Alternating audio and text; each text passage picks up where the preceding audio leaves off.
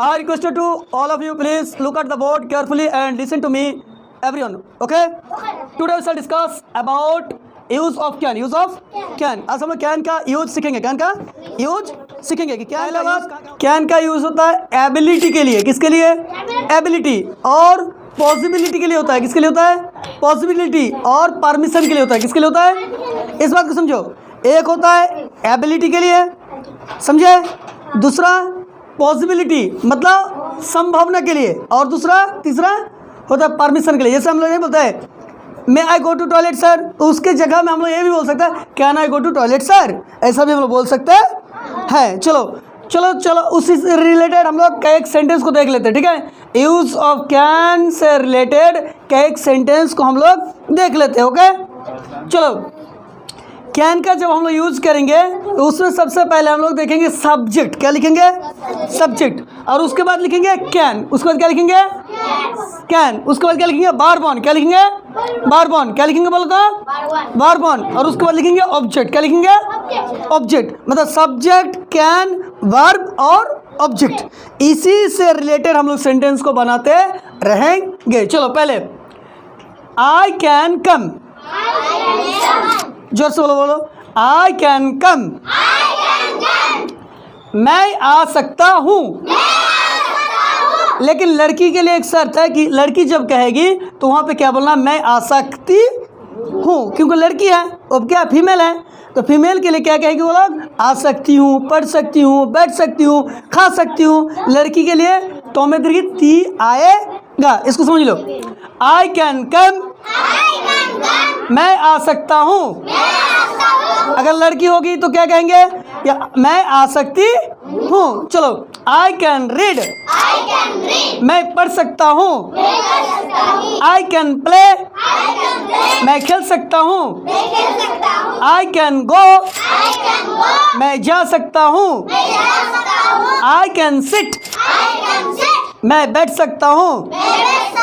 I can write, मैं लिख सकता हूँ. आई कैन डांस, मैं नाच सकता हूँ. आई कैन लव, मैं हंस सकता हूँ. आई कैन स्पीक इंग्लिश, मैं अंग्रेजी बोल सकता हूँ. आई कैन टीच इंग्लिश, मैं अंग्रेजी पढ़ा सकता हूँ. चलो मेरे साथ आओ, दोहराओ. आई कैन कम, मैं आ सकता हूँ. आई कैन रीड, मैं पढ़ सकता हूँ. आई कैन प्ले, मैं खेल सकता हूँ. आई कैन गो, मैं जा सकता हूँ. आई कैन सिट, मैं बैठ सकता हूँ. आई कैन राइट, मैं लिख सकता हूँ. आई कैन डांस, मैं नाच सकता हूँ. आई कैन लव, मैं हंस सकता हूँ. आई कैन स्पीक इंग्लिश, मैं अंग्रेजी बोल सकता हूँ. आई कैन टीच इंग्लिश, मैं अंग्रेजी पढ़ा सकता हूँ. हो गया. अब इसी सेंटेंस को अगर हम लोग बढ़ाएंगे तो कैन के जगह में अगर सिर्फ हम लोग क्या लगाएंगे? Can not. क्या लगाएंगे? Can not. तो इसका मतलब ना क्या हो जाएगा? वो ना. जैसे आई कैंट कम, मैं नहीं आ सकता हूँ.